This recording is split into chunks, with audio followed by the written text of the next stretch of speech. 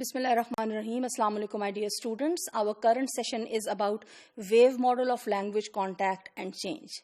I hope and expect by the end of this session you would be able to understand what is wave model and how does it operate in terms of language contact and change. Well, the theory that wave model presents is that language change emanates from a single starting point and then it, spreads and it reaches its neighbors. Since the last 19th century, the consensus was that linguistic innovations spread like the ripples that are made when for example, you throw a stone into water. When you look at it from historical linguistics point of view, in historical linguistics, the wave model asserts that a new language feature or an innovation in a language, when a change comes in a language, how does it take place? How does it occur? When a new feature is introduced in language, for example, or a new combination is introduced, how does it spread? It spread from the central region to the sides, and thus, from the smaller circles, it becomes, increasingly, it becomes a part of the bigger circles.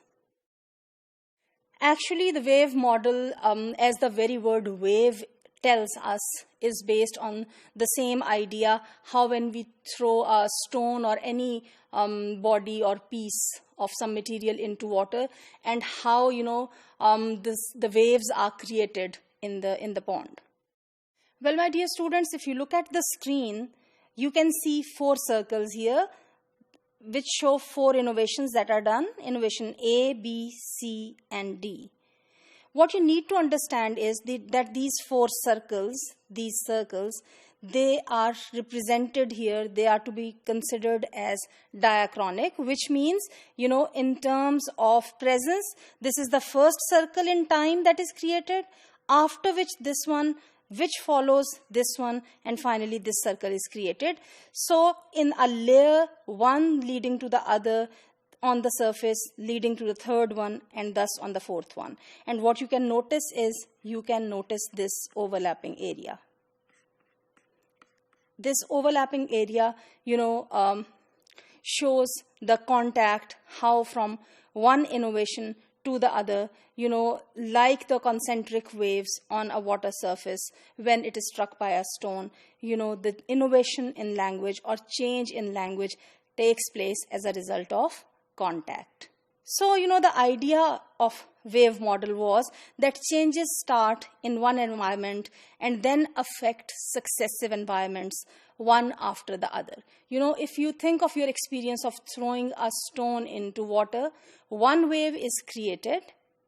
This leads towards another wave, which leads towards yet another wave and yet another wave. So, from the center where the stone is thrown, the process is started, and gradually, spirally, in more like a spring, it keeps on increasing and spreading.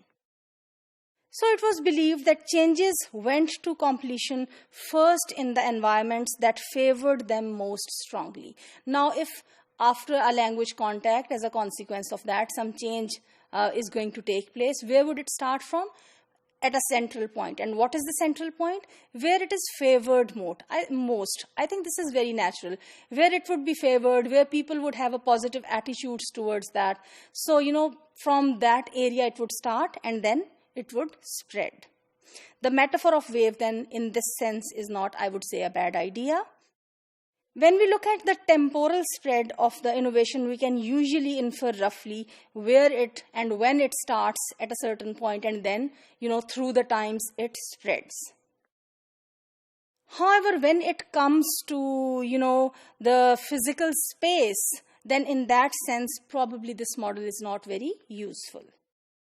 At its most ambitious, it is a wholesale replacement for the tree model of languages.